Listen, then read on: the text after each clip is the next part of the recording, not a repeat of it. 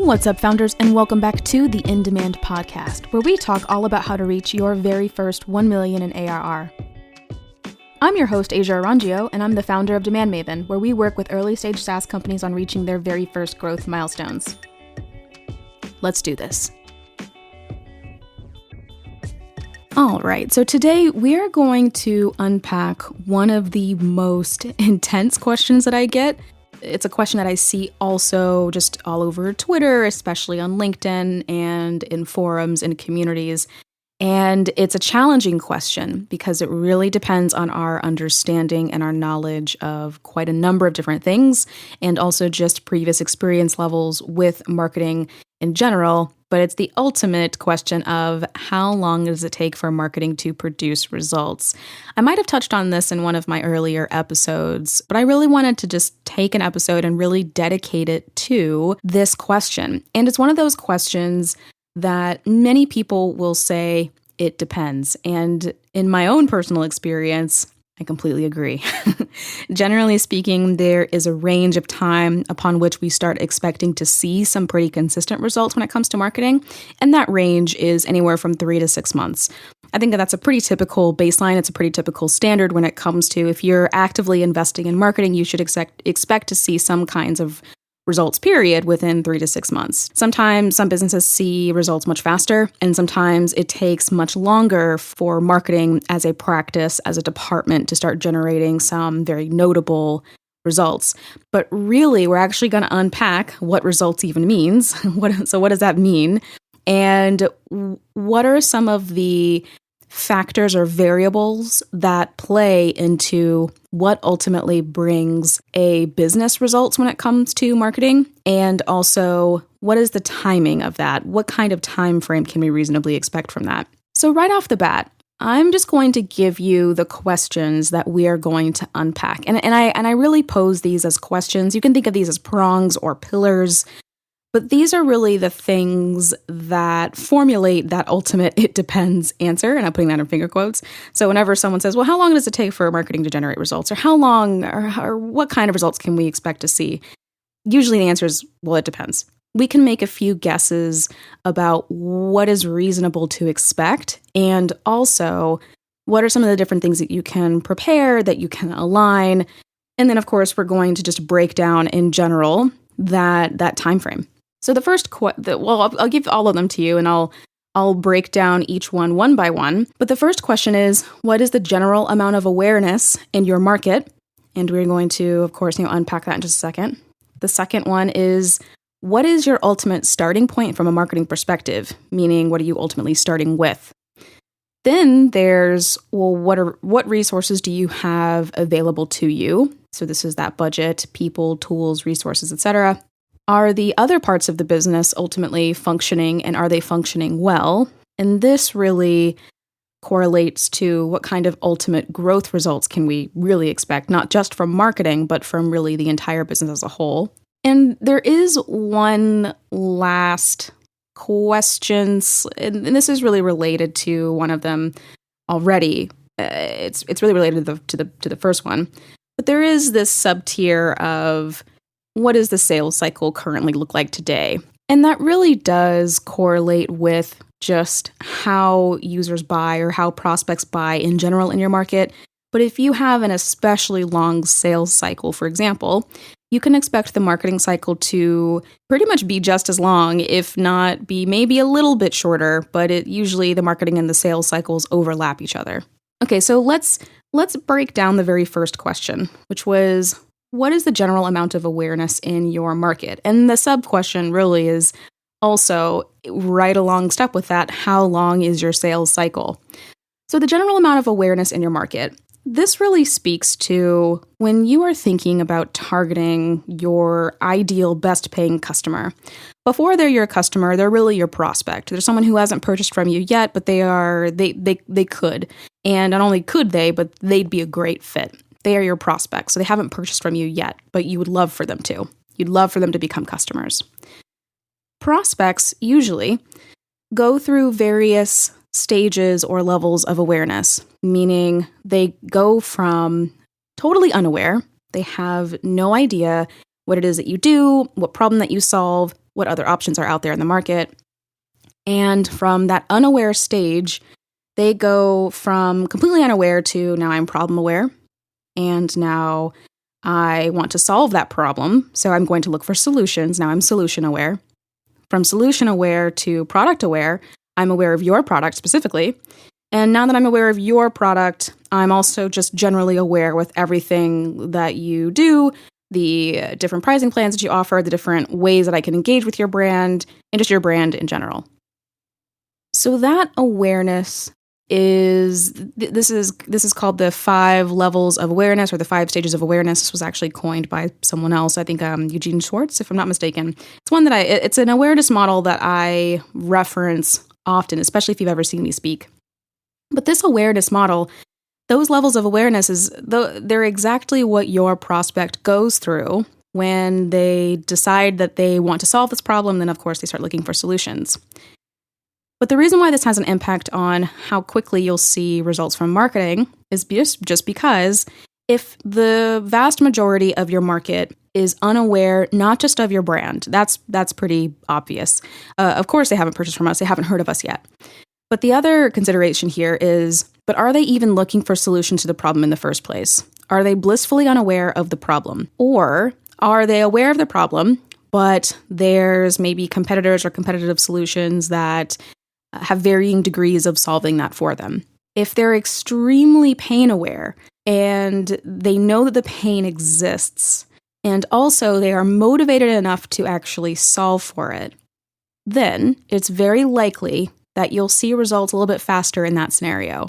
This is why choosing the right customer segment is so critical. You don't want to waste your time on people, in theory at least, who are completely unaware of the pain. There's not enough budgeting dollars, marketing dollars on the planet to force an entire swath of people to suddenly care about solving the pain. Ideally, you'd focus on the people who already experience the pain and need to ultimately just get introduced to your brand and your solution and convince them that you're the best solution, and from there, convert them into a paying customer. There's very rare situations, especially in the SaaS world and also the startup world, very rare situations where you would focus all of your marketing and go-to-market efforts on a completely oblivious, unaware audience. It's very rare. The reason why I say it's rare is because there are some products and tools out there that do something that is incredibly, extremely different than anything that's ever been done before. And in that case, yes, it makes sense to invest in educating a market, invest in educating and building general top of the funnel awareness, or just really focusing on those unaware people and building marketing and messaging around taking those unaware people to that problem aware stage. Like, oh, I have a problem, I want to solve it, I want to fix it. It is a very, very, very slow journey if you are targeting those unaware people. They have to go through all of the ups and downs of learning about this, of ultimately caring enough about it, and then eventually deciding that they do want to solve this problem. They acknowledge the pain, it's there, and it motivates them enough to fix it, especially after having tried other kinds of solutions. Now, like I said, it's really rare to target an audience that is completely unaware, but if you were, then expect the marketing journey to be longer. Expect to see results be much more by way of the audience that you're building as opposed to the customers that you're converting. So I would actually argue from a awareness perspective that this is really the biggest indicator of how fast you will see results from marketing. And the reason why is because at the end of the day, the results really come from the people that we want to turn into customers. So if we're expecting revenue, if we're expecting trials or demo requests or whatever that action is that indicates growth, and then of course that someone is actually interested in buying our software or trying it at least, then how aware that customer is of their pain and how motivated they are to solve it, that's ultimately going to be the biggest driver of if we see those kinds of results or not. And also, if we do, How fast does it happen? And what is the overall volume of that ultimate KPI, or whether that's, again, the free trial, the demo, etc. You'll also notice that there's, in some ways, not as much control as you might think that you have over what that ultimate awareness level is of that prospect, of that best paying customer segment, or whatever that is. There's actually a lot of debate on, do marketing departments truly generate demand, meaning they take someone who has no demand and turn them into someone who does? Or are they really just meeting that prospect halfway? The demand was already there. They are really just creating a very fast back channel to that prospect who already had the demand. They already had it. They just didn't know that the supply was there for them. So there's a lot of debate on if that exists or not, and it really impacts the way that you think about marketing at the end of the day. Is marketing something that convinces people that they have a problem, or is it something that really meets them halfway when they acknowledge that they already do have a problem? And it says, oh, did you know there's solutions? Did you know that our product exists? Here's all of our pricing plans. Here's everything you need to know about our product to consider it to solve your problem. Lots of debate here, and one I won't get into, at least in this podcast, because it would not only is it very, very philosophical about what is the ultimate role and purpose of marketing, but we just wouldn't have the time. But that said, this is easily one of the biggest questions to think about when it comes to your product and when it comes to your marketing and your ultimate market that you are serving and the various customer segments that you could serve. Those various customer segments in the market. So let's say you've got a software and you're targeting universities, high schools, and something else like maybe nonprofits. Each of those customer segments are going to have various degrees of just general awareness when it comes to solving that problem in the market. If we take this a step further, we also get into what sales cycles look like. So is your product for your particular customer segment in your market, is that a product that is generally sold really fast? Meaning you can technically go through the problem solution product awareness phases extremely fast. Maybe it happens in a day or just a few hours. Or is it a much more traditional sales cycle where maybe it takes months to close a deal? It really varies just from product to product. Pricing has a huge impact on this as well. And then, of course, your market, how fast do they move? How fast do they make decisions? How many people are involved in decision making? All of these things have an impact on, again, how likely are you actually to see results from marketing too? Not the likelihood of them, much more the speed. I don't want to indicate that marketing doesn't ultimately get results. Of course it does. Otherwise, it would not be as big of a deal as it is today. I wouldn't be talking about it, right? But it really comes down to, if the sales cycle is slower, then the speed upon which marketing is able to, putting this in finger quotes, generate results also just really comes down to, well, how fast do people make decisions? And therefore, what does the marketing cycle look like at that point? And what is the speed upon which that happens? And then, of course, what is the ultimate KPI or result that we should reasonably expect from that point? So just to recap, if your target audience is not searching for a solution to their pain, then naturally we have a longer journey, and oftentimes there's just a greater investment that you'll need to make in go-to-market, let alone marketing. So again, if your target audience, if they're just not looking for any solutions, they're completely unaware, it's going to take longer to see that pure revenue-related result. And at the same exact time, you're probably going to have to make a much more substantial investment in marketing in order to see the results that you want to see. And when I say result, I really do mean that paying customer at the end of the day. The other indication here is that if your market is truly unaware, then you're probably going to have to make investments, not just in marketing, but across the board. And this is true really for any business, but it's not just going to be like we depend 100% on marketing. It's also going to be, well, you're going to have to depend probably on sales in some kind of way, and also maybe on product in some kind of way, and so on and so forth across all the different investments.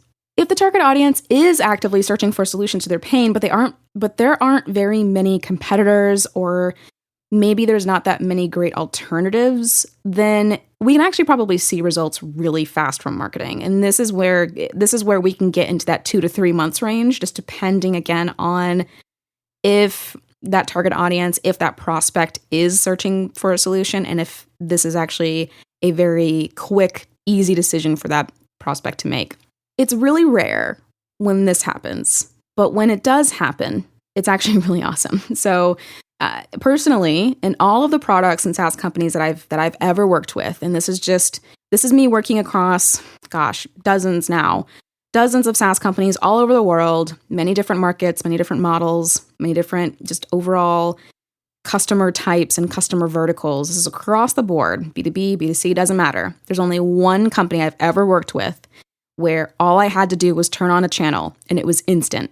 Just one. There's only been one company out of maybe the, 30 to 40 that I've worked with where it was almost instantaneous.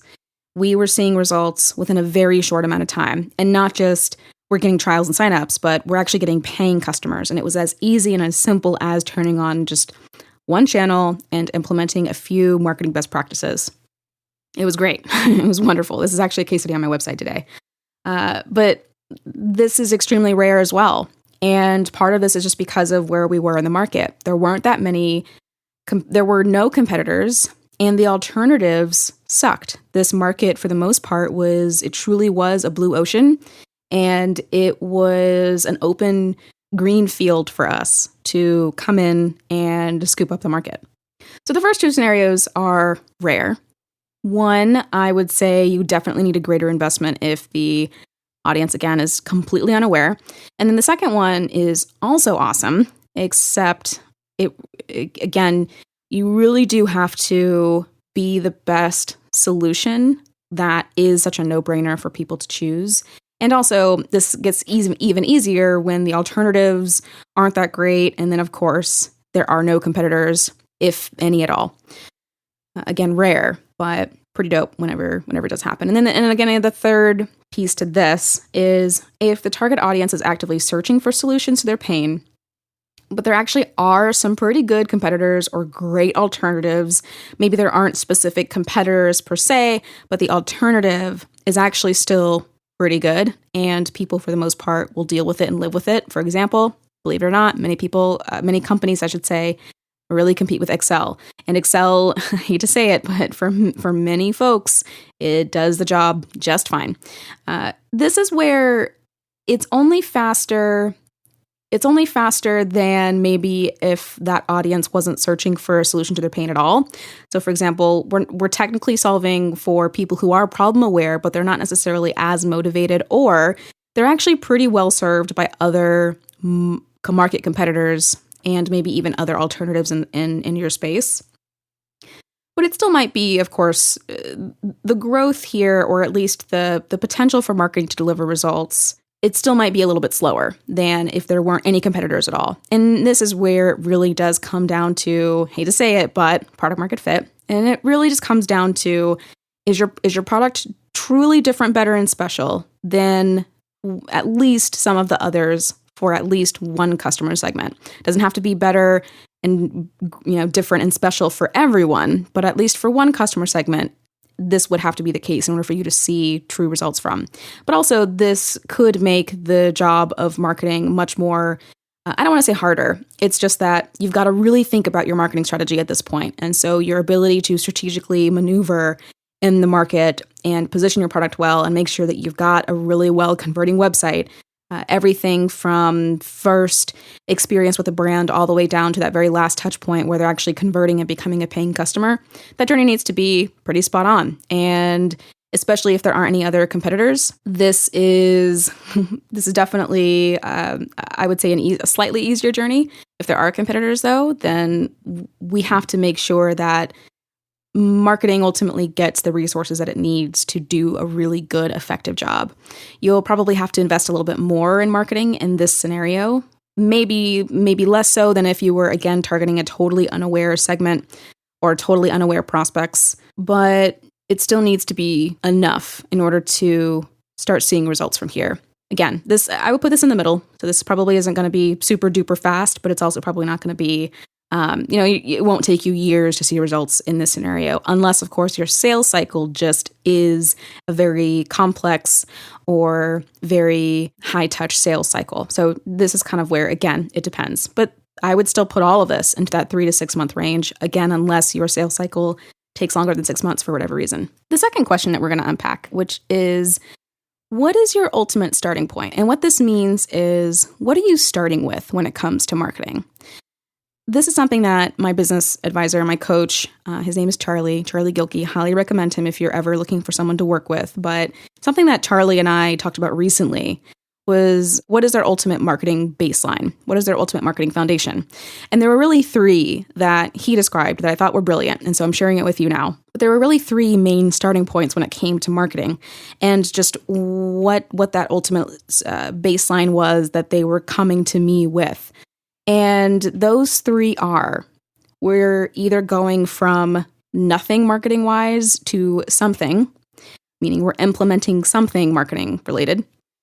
Then we've got bad marketing and we're trying to get to good marketing. So maybe we're doing some things marketing-wise, but it's not necessarily very well done, or it's not generating those results that we would like to see.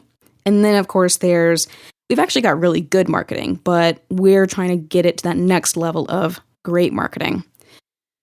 This starting point has a lot to do, again, with how quickly will you see results? How long does it take to see results from marketing? One of those inputs of information is, okay, but what are you starting with? So if we're starting with nothing, for example, this means that maybe we don't even have a marketing website, although I find this is rare nowadays. Sometimes there is a marketing website, but it's not necessarily focused on any one particular customer segment. Maybe it doesn't do the best job of communicating about the product at all, or if it does, it doesn't really do a whole lot for me in terms of helping me make a decision about if it's really going to solve my problem and if it's actually better than some of the other solutions I've already done research on. And then, of course, we get into, are we running any kind of paid acquisition? Are we doing any kind of content marketing? Is our strategy mostly inbound versus outbound?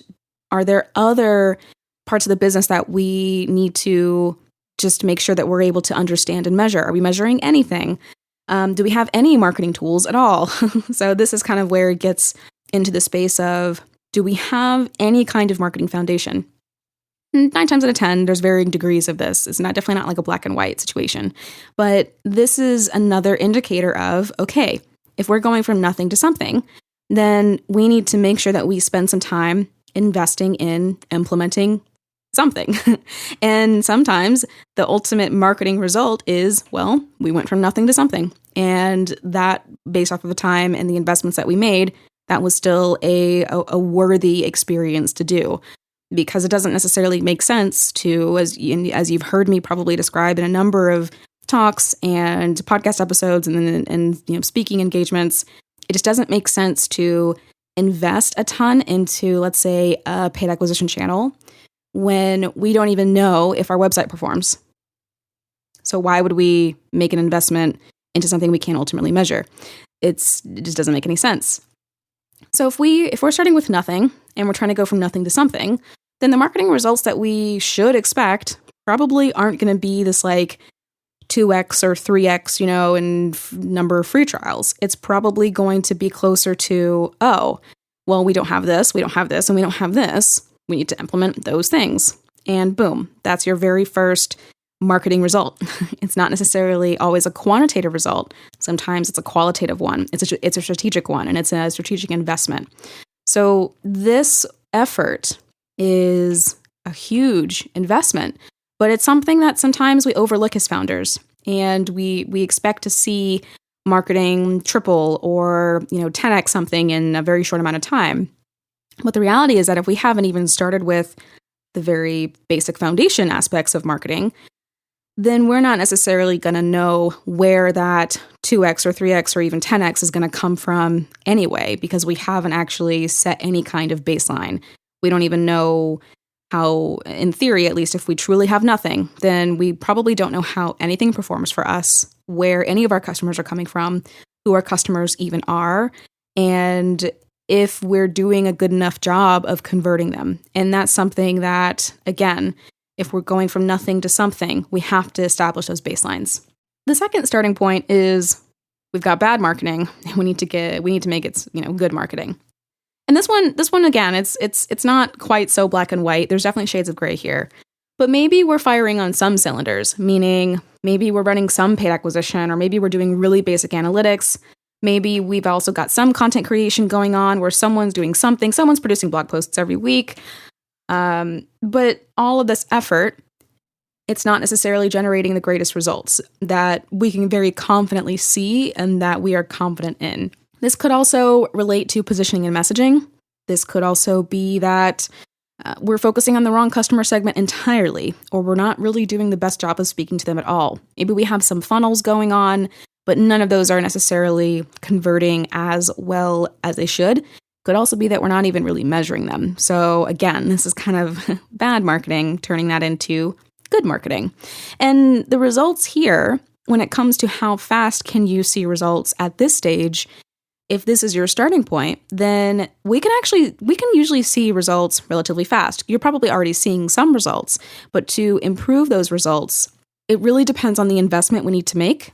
Especially if the marketing that we've been doing hasn't ever been good. And also, if we're missing certain kinds of marketing, usually we can see results again in that 3 to 6 months. It's a combination of turning a few knobs and maybe making a few very strategic investments and doing some heavy lifting in some areas, and in others, very small iterations and tweaks.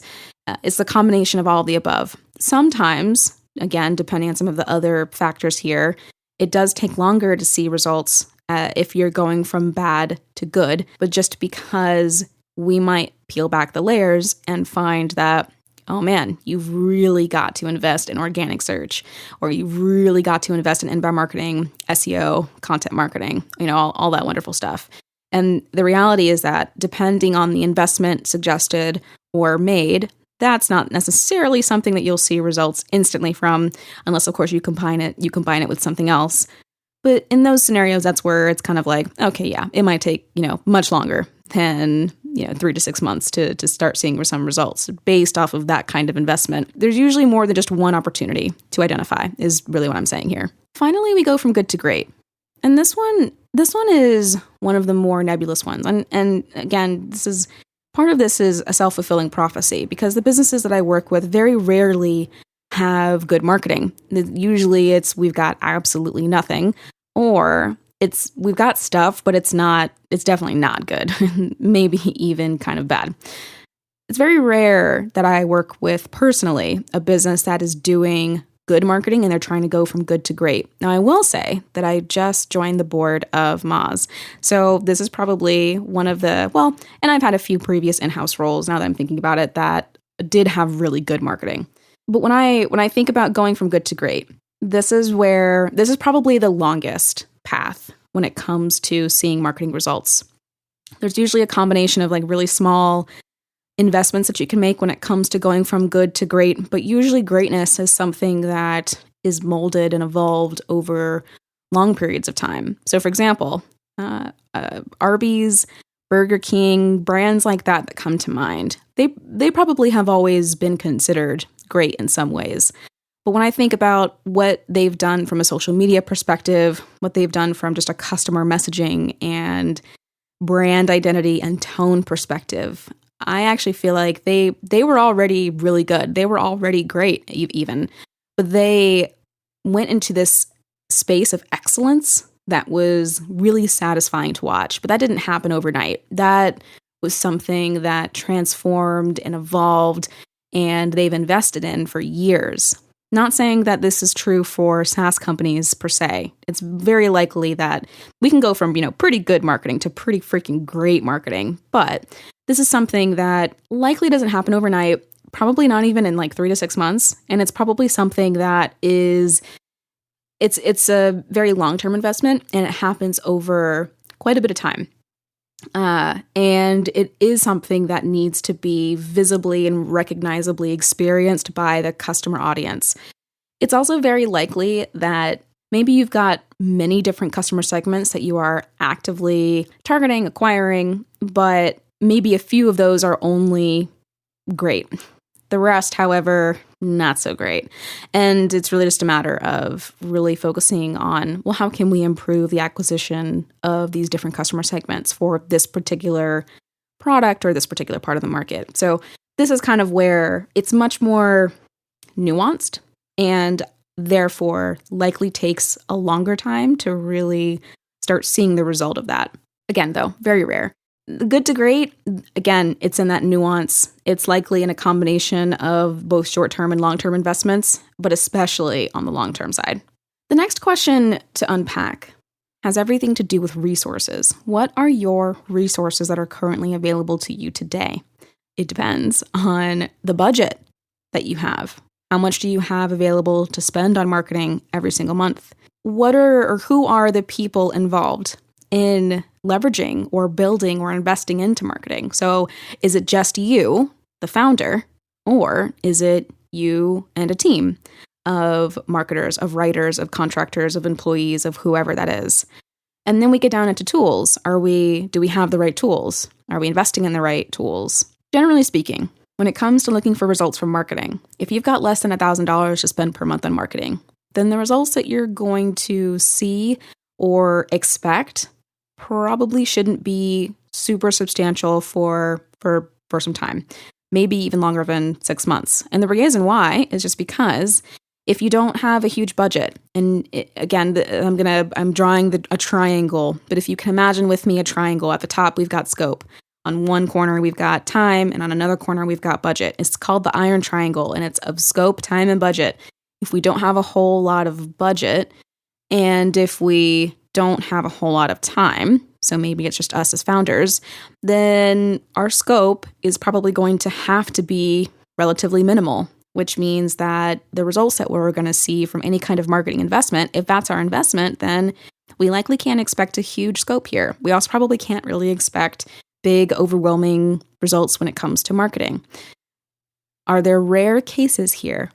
Yes, but if one of those corners frees up a little bit, so let's say we actually have all the time in the world, but we don't really have a whole lot of budget.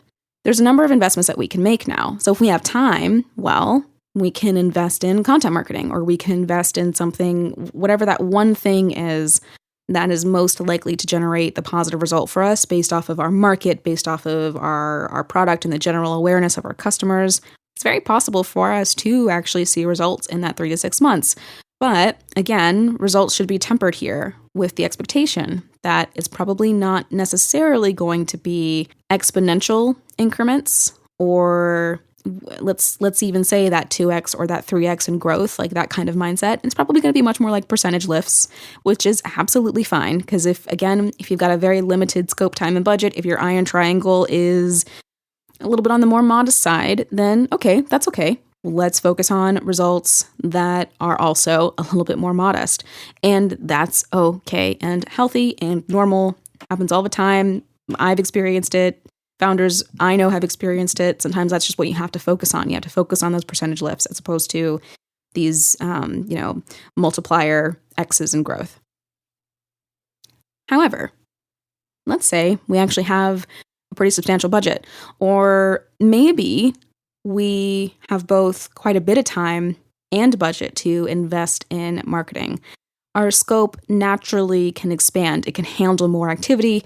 It means that we can likely just execute and do more things, which also means that the more that we're able to do, in theory at least, the more that we're able to learn, which also, again, just fuels our growth experiments. It fuels how we think about marketing, and it just continues to expand and learn and grow from there. Sometimes I think about marketing almost like an algorithm, except it's one that we're building in real time, in real life. All an algorithm is it's really just a pattern of behaviors that achieve the same desired result, more or less every single time. Except those behaviors might change, especially if we're thinking about machine learning, where the algorithm suddenly learns and it gets a new piece of information in order to produce the desired outcome. It's the same thing with marketing. We're really just building it in real life, and we're constantly taking in new inputs to see if we can get better at it. So if that's the case, then we likely can see pretty substantial results, or at least impressive results in that 3 to 6 month time frame. The degree upon which we experience those results, however, still depends on, well, are we starting with nothing? Are we starting with something? Is it bad? Is it good? Or is it already good and we're looking for great? And then, of course, it also still ultimately depends on what is that general level of awareness that your prospect has when it comes to solving this problem. Are we able to meet them halfway? And is that effective enough? Or is it not necessarily the case? Do we have to invest a lot more on upfront awareness and taking them from, I'm totally unaware, I have no idea that this pain exists, to now I have to convince them that they should solve it? Much longer journey, right? So this is kind of where that 3 to 6 months, the results might be much more qualitative, might not be so quantitative, might not be that 3x or what have you. Again, this is why there's so many varying degrees and various inputs that impact how quickly we're able to see results from marketing. The resources that you have available to you, in general, if you're spending anywhere from 3 to 5K per month on marketing in some kind of way, whether that's content marketing, paid acquisition, working with an in-house marketer, or something to that effect, you likely are going to see results a little bit faster than someone who's spending nothing at all. That's only with the assumption that you're able to actually learn from what it is that you're executing on, and you are taking those insights and you're actually applying them to what you're doing from a marketing perspective. It does not necessarily work in a vacuum. This is where it's very possible to spend this kind of money on marketing and see absolutely nothing from it for years. It's totally possible. It's happened before. I've seen it before. It really is only effective to have that kind of monthly budget on marketing and also make sure that you're able to learn from it and implement those learnings. That's where we start seeing that iterative cycle of marketing. And then, of course, it gets smarter. It gets better at what it does. You've evolved your algorithm. You're now better at executing on this. Spending more than that, I would say anywhere from, let's say you're spending more than 6K per month. Spending more than that, it increases the capacity upon which you're able to execute and again learn. It matters more when you're able to truly learn from something and implement those learnings and again continue to evolve the machine. If that last step never happens, meaning maybe we're not measuring the right things, we don't have the best analytics or attribution on what it is that we're executing on, it could also just be that we're doing a whole lot of stuff, but no one's really optimizing anything or really questioning on if we can execute something better. Then it's very possible to, again, spend that much and never learn a thing and never get better at it. And now we've got bad marketing and we need to make it good marketing. So that's the one caveat I will throw at that. But overall, however, if you've got a very limited scope, time, and budget, if you've got a very limited iron triangle, then the expectations from that have to align. It's very unrealistic to have a very limited iron triangle and expect massive amounts of growth, at least from marketing. It's not to say that you can't see any growth, but there is a huge caveat to it. It might not be maybe marketing. It's probably something much more like maybe more direct sales efforts. So something that I tell founders all the time, that if you need results right now, like right now, and you've got nothing going on from a marketing perspective, then we can go from nothing to something. But if you need results right now, I always recommend sales, even if it's not scalable, because you need it right now, right? And sales will always be faster than marketing, at least, again, depending on those various levels of awareness. In theory, however, it's usually a whole lot faster than marketing. So that's something that it's a caveat that I throw at founders. If we're expecting it from marketing, however, and if we have a very limited iron triangle, then we have to really think about what the delta is for what kind of reasonable impact and change we can expect on behalf of what that investment is in marketing.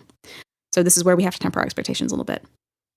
So to wrap that up, when it comes to how fast you're able to see results from marketing, does also depend on that investment, that resource availability that you currently have today in budget and people and time. And then, of course, the scope upon which we're able to actually make investments. So what investments are those things that we're ultimately making? All of these things are connected. And it does correlate with where you're at in your journey. A higher monthly budget doesn't necessarily mean more results, but it certainly adds this element of speed and also how much you're able to learn at any given time. And then, of course, if you do actually implement your learnings, you will absolutely see results faster. And then, of course, in theory, more volume from here. Does this break apart? All the time.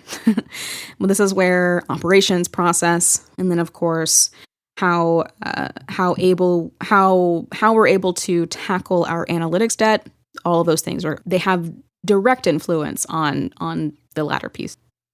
So finally, we get into the last part of this. And this was already kind of like a long podcast. And I kind of knew it would be. But the final piece, and this is the piece that I'd actually tweeted about this recently, but it has to do with other parts of the business, if they're functioning and if they're functioning well. There's a very common misconception that marketing is a silo, that you can make investments in marketing, you can execute on marketing, and it has nothing to do with other parts of the business. And in fact, we can make all these investments, we can do all this execution, we can do all the things when it comes to marketing, but we still somehow believe that we've put marketing in this box and it has no influence or no impact and is not directly impacted by other functions and practices in the business. And this could not be more wrong. The truth is that marketing, just like an engine, it is just one cylinder.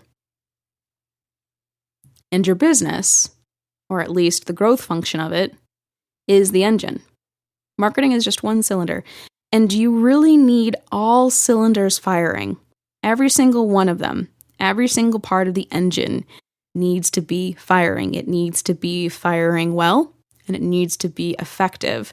All of those things combined ultimately tears up into that multiplier, exponential growth that we all wish that we had in our businesses. It's imperative to really internalize and know that marketing is not in its own vacuum, and that it is not, or at least it should not, be in its own silo. The reason why this impacts how we see results from marketing is because of the obvious. If we ultimately don't have a really strong product market fit with a customer segment, and I'm really speaking to those early SaaS companies out there when it comes to this. But if we do not have a strong level of product market fit with any given customer segment, then any amount of investment that we do on the marketing end is probably going to be awesome for generating traffic, but maybe not so awesome for generating customers. And that's not necessarily anyone's fault, not pointing the finger at product over here. But what I am saying is, well, the results that we're likely to expect is a direct impact of, well, how well does the product serve the market today?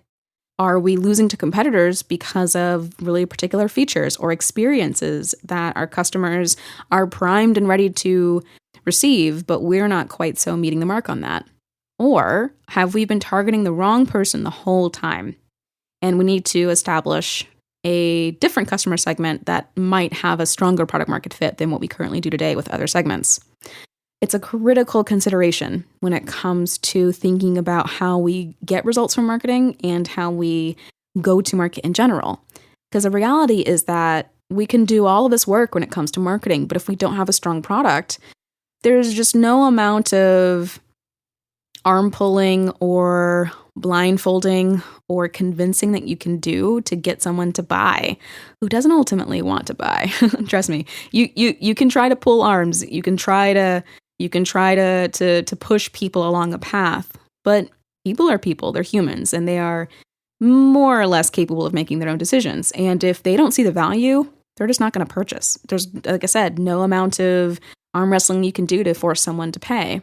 But this is also where we have to get really honest with ourselves about if we're not just ready for marketing, but if we can reasonably expect any kind of results from it, especially if we know that we don't have a strong product. And that can be really hard to hear for a lot of people out there listening. And at the same exact time, liberating. Let that be a liberating message. If that's something that you're stuck on and you're spinning the wheels on, you know that your product isn't quite there yet. You know that it's something that, based off of the segment that you want to target, it's just not meeting the mark. There's competitors in the space who are doing it much better. Give yourself permission to continue to be thinking about, okay, well, what marketing investments do we need to make? Can we at least get ready? Can we get prepared?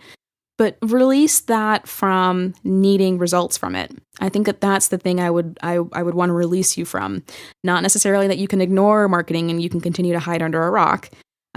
Superhuman is a great example of this. They were building, I think, the product for 2 to 3 years before they really started to push hard on acquisition. But they were still doing marketing in the meantime. They were still working on building an audience. They were still telling the Superhuman story. They did not really bury themselves under a rock for, maybe in the first year, but they needed to build the product for at least 2 to 3 years. So I will say, yes, still care about some marketing. Don't emerge from under the rock and be like, okay, now I'm ready to compete, and you've done nothing. Because again, we've got more heavy lifting to do. We've got to go from nothing to something now. But what I will say, however, is you can at least release yourself from expecting these instantaneous, large, huge swaths of results. And that's what I think is the thing to release yourself a little bit from. And for no other reason than you know that you might not have the strongest product market fit, if at all. And maybe you're not meeting the mark in many different ways, competitively speaking, or alternatively speaking, because there's probably maybe something else that people are using that isn't necessarily a business. Again, this is where we have to really temper our expectations. Not saying that marketing won't ever be a huge driver here. It just probably won't be the first hugely revenue generating thing, especially if we don't have a strong product market fit. Probably the product. With that said, there's other parts. There's other more nuanced things. So that was the obvious one. Well, if you don't have really strong product market fit, then it's like, it doesn't really matter what a marketer does. They'll probably get you a whole bunch of traffic and maybe some signups, but if the product's not there, then maybe don't expect customers for a while, or at least use your efforts as a way to learn as much as possible. And sure, generate awareness. That's definitely something you can absolutely do. That's an option that marketing has. But when it comes to giving marketing a revenue goal, when you know the product market fit's not strong, doesn't sound like a recipe for success for anybody. That's the obvious one. But there's more nuanced examples. It could be anything from, is our product activating new users as effectively as it could be? Do we have a very low free trial to paid conversion rate? Do we actually have a really high revenue churn? These are all considerations as well to take into, well, from a marketing perspective, we really expect to be able to build an audience and then, of course, turn our audience members into paying customers. But if we know that other parts of the business aren't necessarily functioning very well, then we also probably can't really expect marketing to be the only torch and the only cylinder that fires and that makes all of this, engine go. Probably not as realistic. And it also probably means that if that is the case, then you're basically not saying that marketing shouldn't have expectations, but it's actually a really inefficient business model at that point. There's a lot of emphasis on that LTV to CAC ratio, for example.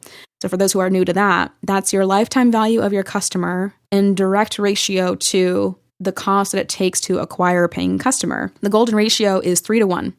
So for every customer that you generate, the cost to acquire them should be 1/3 of what their LTV is. So if you were to take their LTV, let's say it was $3,000, let's say that a paying customer, their LTV on average is about $3K. Then the cost to acquire them should, in theory, be about $1K. If we have a ratio that is 4-to-1 or 5-to-1, then we're not spending enough on marketing. If we have a ratio that is much lower than that, then we're probably spending too much on go-to-market. There are some scenarios where some investors and SaaS experts will say, even if you break even, so if you're 1-to-1, the cost that it takes to acquire a customer, the LTV is about the same. Some experts will say, continue to even do that and focus on maximizing the LTV of the customer at that point, and also decreasing the cost it takes to acquire that customer. That's still, especially for early stage, it's actually still pretty solid advice. But if it is lower than that, then you are actively losing money. This means that we either need to figure out how to, again, increase that LTV of the customer and also decrease the cost it takes to acquire. But these are all more nuanced implications of, okay, the results that we expect from marketing. Can we reasonably expect what we're expecting at that point, the results that we're seeing?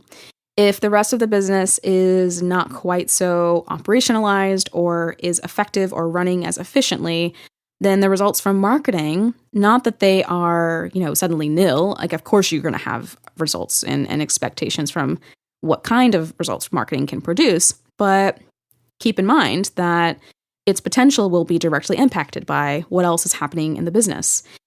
Again, marketing is not in a silo. It never, ever was, and it never will be. This is another implication of marketing is directly impacted by everything else that happens in the business and outside of. And it's really up to the marketing team and the marketing leadership and the marketing strategy to work with what it has and then stretch a little bit further than that just to make it challenging. But then, of course, we get down again into even down to, from an operational perspective and a development perspective, are we regularly shipping new features? Are we regularly investing in the product? Are we continuing to make it better? How about the sign-up funnel? Is it actually really hard for people to sign up into the funnel? Is our everything from our sign-up flow to how people create accounts to how people request a demo, is that as streamlined and as effective as it possibly can be? In this case, those kinds of journeys fall under marketing, but then they also have direct implication on behalf of the development or product team too, because those teams are naturally involved in the process. And so now marketing, product development, engineering, all of these departments and teams suddenly need to make decisions about what the best possible funnel could and should be. And if marketing isn't enabled in that direction, bi-directionally, then we also have to kind of take a step back and wonder, like, okay, well, if marketing doesn't ultimately have control over the sign-up funnel, or if they can't influence it in any kind of meaningful way, then what can we reasonably expect at that point? And this is automatic. If you felt friction just now by hearing that and listening to that, good. That's exactly the kind of thinking we have to have when we're sitting down and we're thinking, what kind of results can I expect from marketing? And it's like, yes, that's the right question to ask. But the other question to ask is also, what are some of the other things that are impacting marketing results that maybe we didn't consider before? And these are the more nuanced things that have direct impact into marketing results, what's reasonable to achieve, what's realistic, and also what is unimagined, the numbers and the results that you could potentially see. What is the potential? And those numbers are exciting too. And they should be. They should be extremely exciting. And they should absolutely motivate you and get you to continue to make the right investments and to really think strategically and to think critically, not just about marketing, but about the rest of the business. And that's the exciting part. That's the fun part. But then also, we get to be grounded in reality, and we also get to be grounded in our own baselines, our own base levels that we've achieved and that we are able to measure, and we're pretty confident in those. And we continue to invest and expand over time. All right, so wrapping all this up, the questions that ultimately tier into that, well, how fast does it take to see results from marketing, and what kind of results can we see from marketing? The ultimate questions that tier up into that are, what is the general amount of awareness in your market? What's the general amount of awareness in your market? What is the sales cycle? What is the average sales cycle? How long does it take to close a deal for the customer segment that we're targeting? What's our starting point from a marketing perspective? Do we have nothing and we're trying to go to something?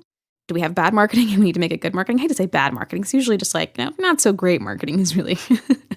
But we want to be good. Maybe we have good marketing and we want to become great. And then we get into, well, what are your resources? What's your iron triangle look like? What about the resources and people? What about tools, budget, etc.? And then finally, we get into, are the other parts of the business functioning? And are they functioning well? There was the obvious approach of product market fit. If you don't have a really strong product market fit, it's going to be really tough to expect just glorious exponential results from marketing. It's going to be tough. But if we actually do have really strong product market fit, then what are some of the other implications? And this is where we get into the more nuanced approach of what is functioning in the business and is it functioning well? The combination of all these things in varying degrees, many different factors in each of those all, again, impact what we can ultimately expect to see from marketing and the speed upon which, the velocity upon which we're able to realize those results. And also, marketing results, at least in the early days, are often much more qualitative. And over time, with the right investments, they become far more quantitative. And it becomes far more obvious when things are working versus when they're not, and to what degree are they working. I really hope that helps. I hope that expanded your knowledge when it comes to thinking about marketing, and then, of course, when it comes to thinking about how to invest in these things. And I just really hope that helps refine your approach when it comes to what can you reasonably expect and to what speed upon which you can expect those things, both that multiplier, that 2x, that 3x, that 10x, versus maybe it's a 30% lift, and we'll have to be happy with a 30% lift. And then on average, of course, we look at that 3 to 6 month delta upon which you can reasonably expect to see marketing results, and then certain implications upon which it's shorter than that or longer than that. And that's what we really unpack today. So I hope that helps again. And I hope that, if anything, it released you a little bit from feeling super under pressure. If it actually had the opposite effect of getting you motivated, also good. So good all around. Thank you so much again for listening. Have an awesome day. Bye. As always, thank you so much for spending this time with me. To learn more about how to reach your growth goals for your SaaS business, head on over to demandmaven.io. You'll find all kinds of free resources, articles, and content. Don't forget to subscribe if you haven't already, and I'll see you on the next one.